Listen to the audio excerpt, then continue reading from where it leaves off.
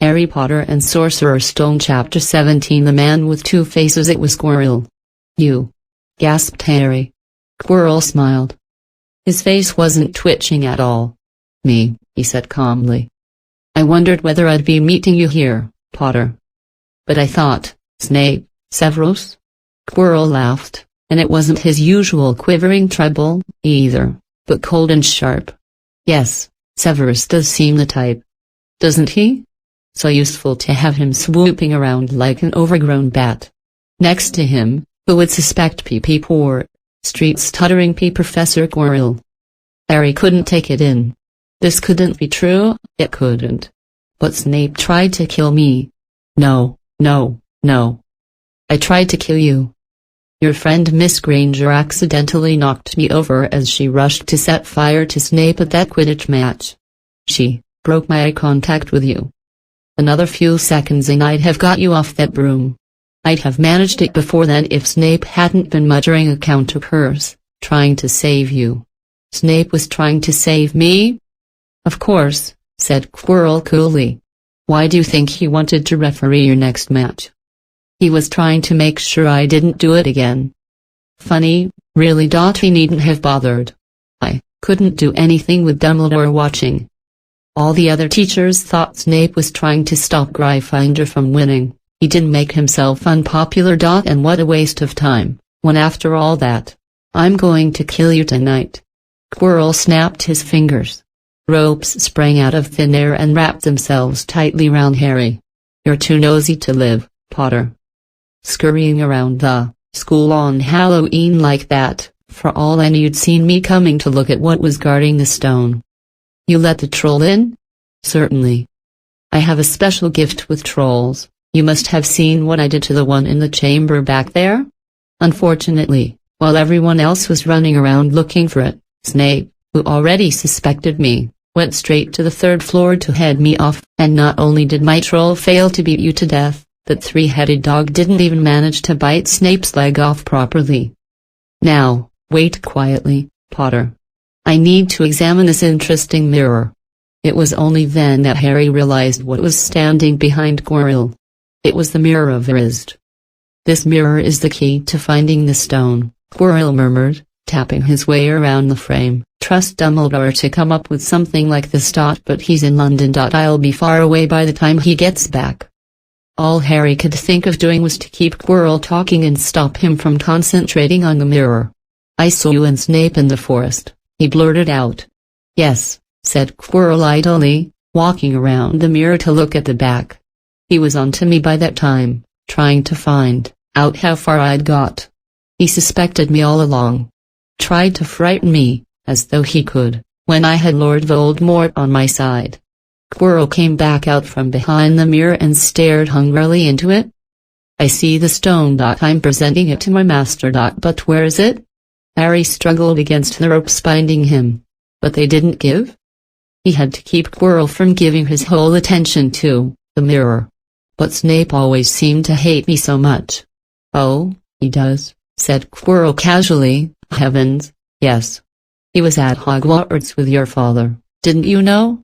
They loathed each other. But he never wanted you dead. But I heard you a few days ago, sobbing. I thought Snape was threatening you. For the first time, a spasm of fear flitted across Quirrell's face. Sometimes, he said, I find it hard to follow my master's instructions. He's a great wizard and I'm weak. You mean he was there in the classroom with you? Harry gasped. He is with me wherever I go, said Quirrell quietly. I met him when I traveled around the world. A foolish young man I was then, full of ridiculous ideas about good and evil. Lord Voldemort showed me how wrong I was. There is no good and evil. There is only power, and those too weak to seek it. Since then, I have served him faithfully, although I have let him down many times. He has had to be very hard on me. Quirrell shivered suddenly. He does not forgive mistakes easily. When I failed to steal the stone from Gringotts, he was most displeased.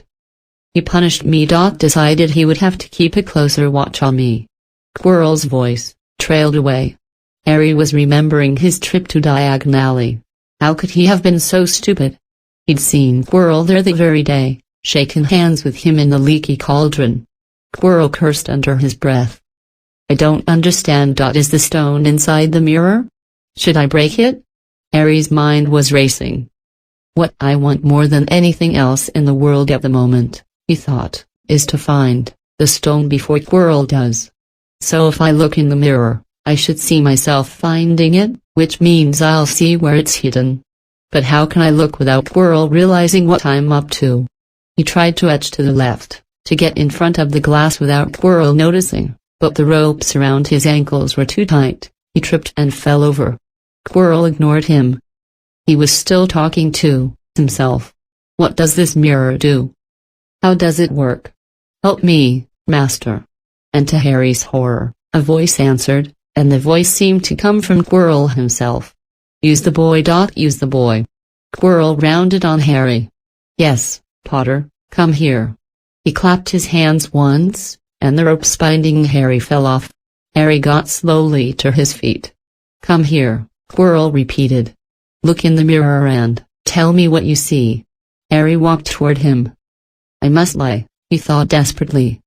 I must look and lie about what I saw, that's all. Quirrell moved close behind him. Harry breathed in the funny smell that seemed to come from Quirrell's turban. He closed his eyes, stepped in front of the mirror, and opened them again. He saw his reflection, pale and scared looking at first. But a moment later, the reflection smiled at him. It put its hand into its pocket and pulled out a blood-red stone.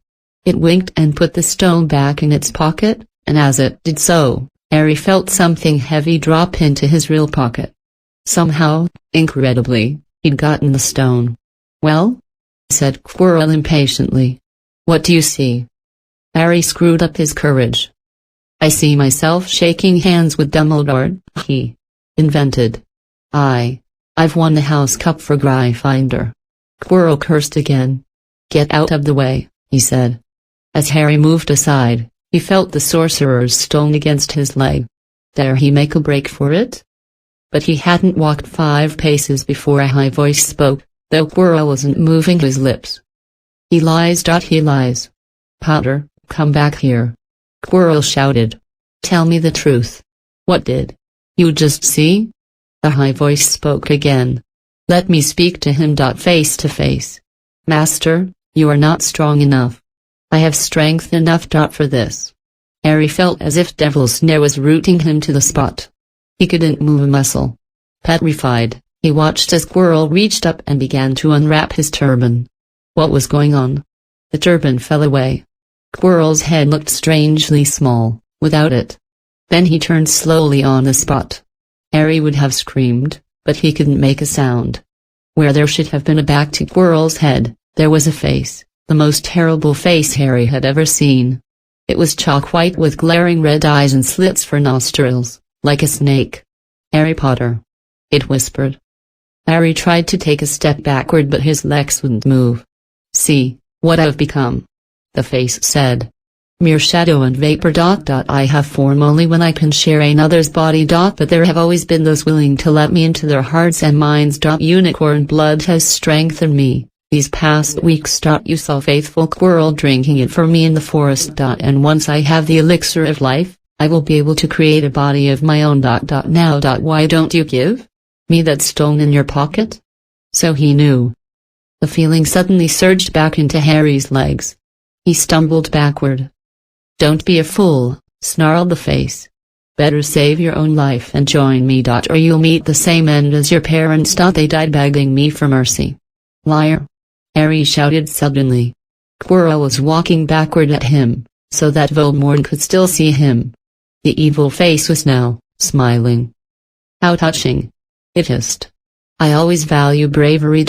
Yes, boy, your parents were brave. I killed your father first, and he put up a courageous fight. But your mother needn't have died. She was trying to protect you. Now give me the stone, unless you want her to have died in vain. Never. Harry sprang toward the flame door, but Voldemort screamed seize him. And the next second, Harry felt Quirrell's hand close on his wrist. At once, a needle-sharp pain seared across Harry's scar. His head felt as though it was about to split in two. He yelled, struggling with all his might, and to his surprise, Quirrell let go of him. The pain in his head lessened. He looked around wildly to see where Quirrell had gone, and saw him hunched in pain, looking at his fingers. They were blistering before his eyes. "Seize him! Seize him!" shrieked Voldemort again, and Quirrell lunged, knocking Harry clean off his feet, landing on top of him. Both hands around Harry's neck. Harry's scar was almost blinding him with pain, yet he could see Quirrell howling in agony.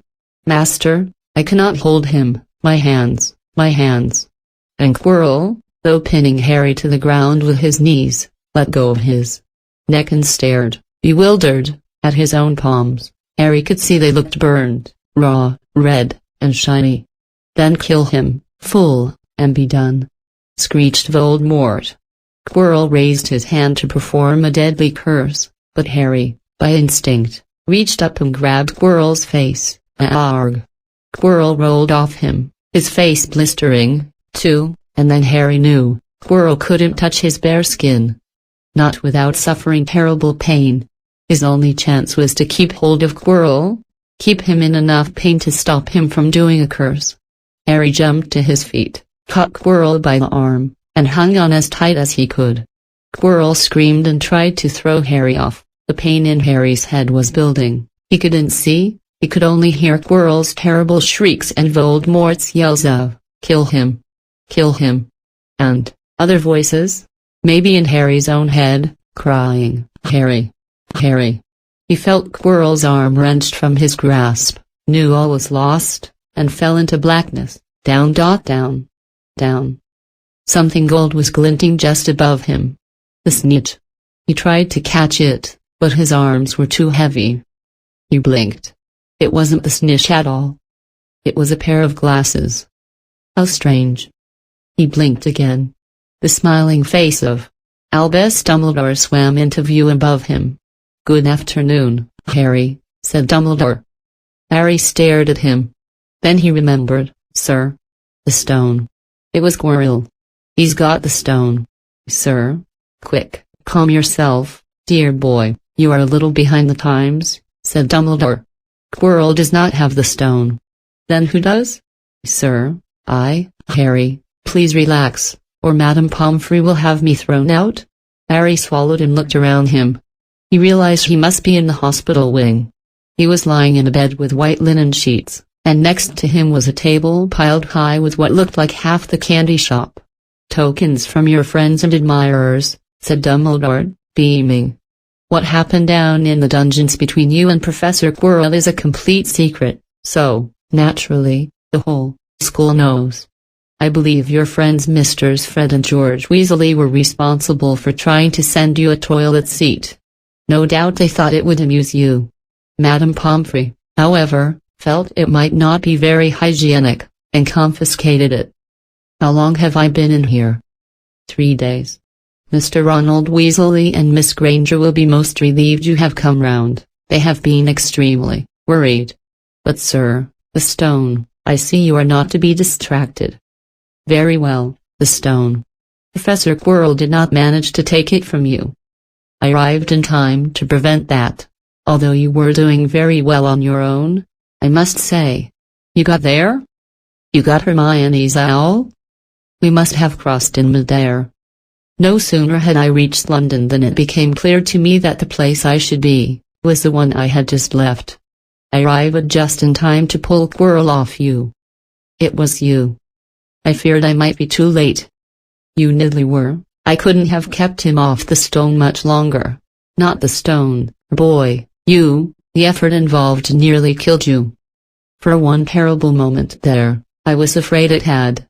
As for the stone, it has been destroyed. Destroyed? Said Harry blankly. But your friend, Nicholas Flamel. Oh, you know about Nicholas? Said Dumbledore, sounding quite delighted. You did do the thing properly, didn't you? Well, Nicholas and I have had a little chat, and agreed it's all for the best. But that means he and his wife will die, won't they? They have enough elixir stored to set their affairs in order and then, yes, they will die. Dumbledore smiled at the look of amazement on Harry's face. To one as young as you, I'm sure it seems incredible, but to Nicholas and Perennial, it really is like going to bed after a very, very long day. After all, to the well-organized mind, death is but the next great adventure. You know, the stone was really not such a wonderful thing. As much money and life as you could want. The two things most human beings would choose, above all. The trouble is, humans do have a knack of choosing precisely those things that are worst for them. Harry lay there, lost for words. Dumbledore hummed a little and smiled at the ceiling. "Sir?" said Harry. "I've been thinking, sir, even if the stone's gone. Volume, I mean, you know who, call him Voldemort, Harry. Always use the proper name for things. Fear of a name increases fear of the thing itself." "Yes, sir." "Well, Voldemort's going to try other ways of coming back, isn't he? I mean, he hasn't gone, has he?" "No, Harry, he has not. He is still out there somewhere, perhaps looking for another body to share. Not being truly alive, he cannot be killed. He left Quirrell to die. He shows just as little mercy to his followers as his enemies. Nevertheless, Harry, while you may only have delayed his return to power, it will merely take someone else who is prepared to fight what seems a losing battle next time, and if he is delayed again, and again, why, he may never return to power." Harry nodded, but stopped quickly, because it made his head hurt. Then he said, "Sir, there are some other things I'd like to know, if you can tell me. Things I want to know the truth about." "The truth?" Dumbledore sighed. "It is a beautiful and terrible thing, and should therefore be treated with great caution. However, I shall answer your questions unless I have a very good reason not to, in which case I beg you'll forgive me. I shall not, of course, lie." "Well, Voldemort said that he only killed my mother because she tried to stop him from killing me. But why would he want to kill me in the first place?" Dumbledore sighed very deeply this time. "Alas, the first thing you ask me, I cannot tell you. Not today. Not now. You will know, one day. Put it from your mind for now, Harry. When you are older. I know you hate to hear this. When you are ready, you will know." And Harry knew it would be no good to argue. "But why couldn't Quirrell touch me? Your mother tried to save you. If there is one thing Voldemort cannot understand, it is love. He didn't realize that love as powerful as your mother's for you leaves its own mark. Not a scar. No visible sign. To have been loved so deeply, even though the person who loved us is gone, will give us some protection forever. It is in your very skin. Quirrell, full of hatred, greed, and ambition, sharing his soul with Voldemort, could not touch you for this reason. It was agony to touch a person marked by something so good." Dumbledore now became very interested in a bird out on the windowsill, which gave Harry time to dry his eyes on the sheet. When he had found his voice again, Harry said, "And the invisibility cloak, do you know who sent it to me?" "Ah, your father happened to leave it in my possession, and I thought you might like it." Dumbledore's eyes twinkled. "Useful things. Your father used it mainly for sneaking off to the kitchens to steal food when he was here. And there's something else." "Fire away." "Quirrell said Snape, Professor Snape, Harry." "Yes, him. Quirrell said he hates me because he hated my father." "Is that true?" "Well, they did rather detest each other. Not unlike yourself and Mr. Malfoy. And then, your father did something Snape could never forgive." "What?" "He saved his life." "What?" "Yes," said Dumbledore dreamily. "Funny, the way people's minds work, isn't it? Professor Snape couldn't bear being in your father's debt. I do believe he worked so hard to protect you this year because he felt that would make him and your father even. Then he could go back to hating your father's memory in peace." Harry tried to understand this, but it made his head pound, so he stopped. "And sir, there's one more thing." "Just the one? How did I get the stone out of the mirror?" "Ah, now, I'm glad you asked me that. It was one of my more brilliant ideas, and between you and me, that's saying something. You see, only one who wanted to find the stone, find it, but not use it, would be able to get it, Otherwise they'd just see themselves making gold or drinking elixir of life. My brain surprises even me sometimes. Now, enough questions. I suggest you make a start on these sweets. Betty bought every flavor beans. I was unfortunate enough in my youth to come across a vomit-flavored one, and since then I'm afraid I've rather lost my liking for them. But I think I'll be safe with a nice toffee, don't you? He smiled and popped the golden brown bean into his mouth. Then he choked and said, alas, earwax. Madame Pomfrey, the nurse, was a nice woman, but very strict. Just 5 minutes, Harry pleaded. Absolutely not. You let Professor Dumbledore in. Well, of course, that was the headmaster, quite different. You need rest. I am resting. Look, lying down, and everything. Oh, go on, Madame Pomfrey. Oh, very well, she said. But 5 minutes only. And she let Ron and Hermione in. Harry. Hermione looked ready to fling her arms around him again, but Harry was glad she held herself in as his head was still very sore. Oh, Harry, we were sure you were going to. Dumbledore was so worried, the whole school's talking about it, said Ron. What, really happened? It was one of those rare occasions when the true story is even more strange and exciting than the wild rumors. Harry told them everything: Quirrell, the mirror, the stone, and Voldemort. Ron and Hermione were a very good audience. They gasped in all the right places, and when Harry told them what was under Quirrell's turban, Hermione screamed out loud. So the stone's gone? Said Ron finally. Flamel's just going to die? That's what I said, but Dumbledore thinks that, what was it? To the well-organized mind, death is but the next great adventure. I always said he was off his rocker, said Ron, looking quite impressed at how crazy his hero was. So what happened to you two? Said Harry. Well, I got back all right, said Hermione.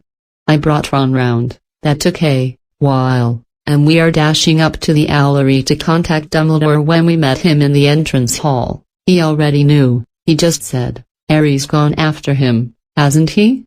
And hurtled off to the 3rd floor. Do you think he meant you to do it? Said Ron. Sending you your father's cloak and everything?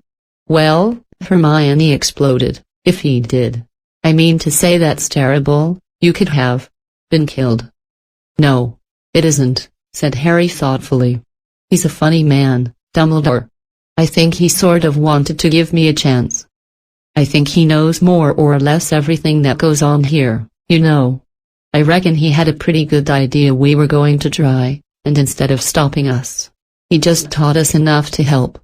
I don't think it was an accident he let me find out how the mirror worked. It's almost like he thought I had the right to face Voldemort if I could. Yeah, Dumbledore is off his rocker, all right, said Ron proudly. Listen, you've got to be up for the end-of-year feast tomorrow. The points are all in and Slytherin won. Of course, you missed the last Quidditch match. We were steamrollered by Ravenclaw without you, but the food'll be good. At that moment, Madame Pomfrey bustled over. You've had nearly 15 minutes, now out, she said firmly. After a good night's sleep, Harry felt nearly back to normal. I want to go to the feast, he told Madame Pomfrey as she straightened his many candy boxes. I can, can't I? Professor Dumbledore says you are to be allowed to go, she said stiffly, as though in her opinion Professor Dumbledore didn't realize how risky feasts could be. And you have another visitor. Oh, good, said Harry. Who is it? Hagrid sidled through the door as he spoke. As usual when he was indoors, Hagrid looked too big to be allowed. He sat down next to Harry, took one look at him, and burst into tears. It's all my ruddy fault. He sobbed, his face in his hands. I told the evil git how to get past Fluffy. I told him. It was the only thing he didn't know, and I told him. Yeah, I could have died. All for a dragon egg. I'll never drink again. I should be chucked out and made to live as a muggle. Hagrid, said Harry, shocked to see Hagrid shaking with grief and remorse, great tears leaking down into his beard. Hagrid, you'd have found out somehow. This is Voldemort we're talking about. He'd have found out even if you hadn't told him. Yeah. Could have died," sobbed Hagrid. "And don't say the name. Voldemort," Harry bellowed, and Hagrid was so shocked, he stopped crying. "I've met him and I'm calling him by his name." "Please cheer up, Hagrid, we saved the stone, it's gone, he can't use it. Have chocolate frog. I've got loads." Hagrid wiped his nose on the back of his hand and said, "That reminds me. I've got a present." "It's not a stone sandwich, is it?" said Harry anxiously, and at last Hagrid gave a weak chuckle. "No. Dumbledore gave me the day off yesterday to fix it. Course, he should have sacked me instead, anyway, got ya this." It seemed to be a handsome, leather-covered book. Harry opened it curiously. It was full of wizard photographs. Smiling and waving at him from every page were his mother and father. "Sent owls off to all your parents' old school friends, the skinned fur photos. Knew ya didn't have any. Ya like it?" Harry couldn't speak, but Hagrid understood.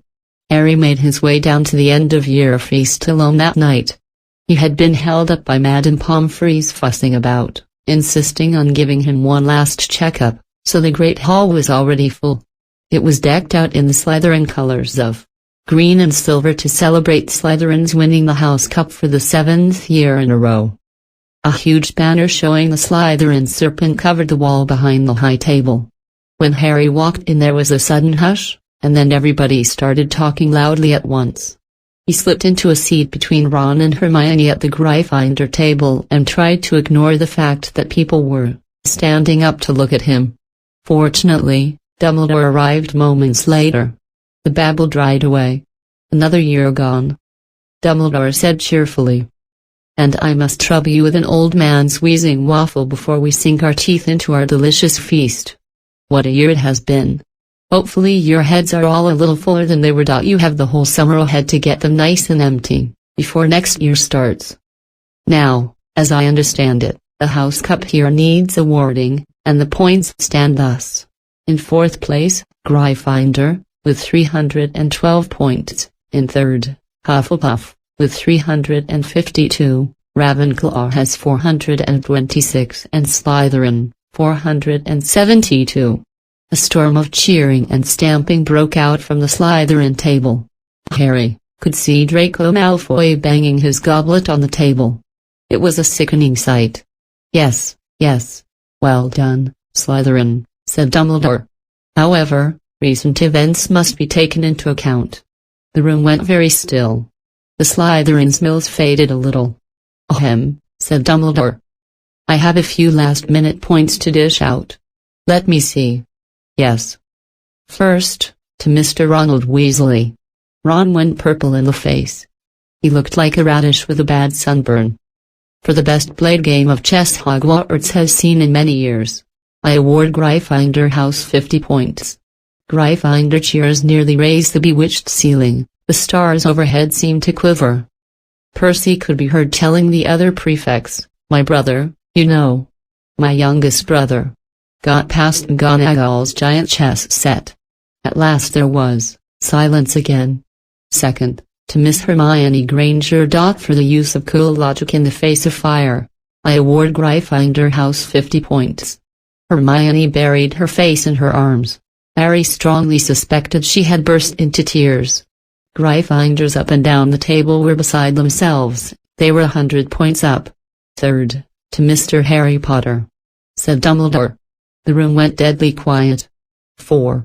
Pure nerve and outstanding courage. I award Gryffindor House 60 points. The din was deafening. Those who can add up while yelling themselves hoarse knew that Gryffindor now had 472 points, exactly the same as Slytherin. They had tied for the House Cup, if only Dumbledore had given Harry just one more point. Dumbledore raised his hand. The room gradually fell, silent.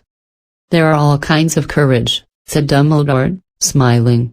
It takes a great deal of bravery to stand up to our enemies, but just as much to stand up to our friends.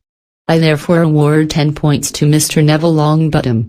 Someone standing outside the Great Hall might well have thought some sort of explosion had taken place, so loud was the noise that erupted from the Gryffindor table. Harry, Ron, and Hermione stood up to yell and cheer as Neville, white with shock, disappeared under a pile of people hugging him. He had never won so much as a point for Gryffindor before. Harry, still cheering, nudged Ron in the ribs and pointed at Malfoy, who couldn't have looked more stunned and horrified if he'd just had the body bind curse put on him. Which means, Dumbledore called over the storm of applause. For even Ravenclaw and Hufflepuff were celebrating the downfall of Slytherin. We need a little change of decoration. He clapped his hands. In an instant, the green hangings became scarlet and the silver became gold. The huge Slytherin serpent vanished and a towering Gryffindor lion took its place. Snape was shaking Professor McGonagall's hand, with a horrible, forced smile. He caught Harry's eye and Harry knew at once that Snape's feelings toward him hadn't changed one jot. This didn't worry Harry. It seemed as though life would be back to normal next year, or as normal as it ever was at Hogwarts. It was the best evening of Harry's life, better than winning at Quidditch, or Christmas, or knocking out mountain trolls. He would never, ever forget a night. Harry had almost forgotten that the exam results were still to come, but come they did. To their great surprise, both he and Ron passed with good marks. Hermione, of course, had the best grades of the first years. Even Neville scraped through, his good herbology mark making up for his abysmal potions one. They had hoped that Goyle, who was almost as stupid as he was mean, might be thrown out, but he had passed, too. It was a shame, but as Ron said, you couldn't have everything in life. And suddenly, their wardrobes were empty, their trunks were packed, Neville's toad was found lurking in a corner of the toilets, notes were handed out to all students, warning them not to use magic over the holidays. I always hope they'll forget to give us these, said Fred Weasley sadly. Hagrid was there to take them down to the fleet of boats that sailed across the lake.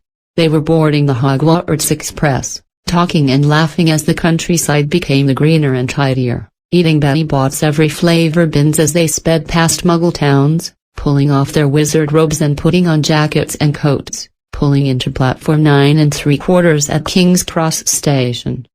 It took quite a while for them all to get off the platform. A wizened old guard was up by the ticket barrier, letting them go through the gate in 2s and 3s so they didn't attract attention by all bursting out of a solid wall at once and alarming the Muggles. You must come and stay this summer, said Ron. Both of you. I'll send you an owl. Thanks, said Harry. I'll need something to look forward to. People jostled them as they moved forward toward the gateway back to the Muggle world. Some of them called, "Bye, Harry. See you, Potter." "Still famous," said Ron, grinning at him. "Not where I am going, I promise you," said Harry. He, Ron, and Hermione passed through the gateway together. "There he is, Mom, there he is. Look." It was Ginny Weasley, Ron's younger sister, but she wasn't pointing at Ron. "Harry Potter." She squealed. "Look, Mom. I can see." "Be quiet, Ginny, and it's rude to point." Mrs. Weasley smiled down at them. "Busy year?" she said. "Very," said Harry. "Thanks for the fudging the sweater, Mrs. Weasley." "Oh, it was nothing, dear. Ready, are you?" It was Uncle Vernon, still purple-faced, still mustached, still looking furious at the nerve of Harry, carrying an owl in a cage in a station full of ordinary people. Behind him stood Aunt Petunia and Dudley, looking terrified at the very sight of Harry. "You must be Harry's family," said Mrs. Weasley. "In a manner of speaking," said Uncle Vernon. "Hurry up, boy, we haven't got all day." He walked away. Harry hung back for a last word with Ron and Hermione. "See you over the summer, then."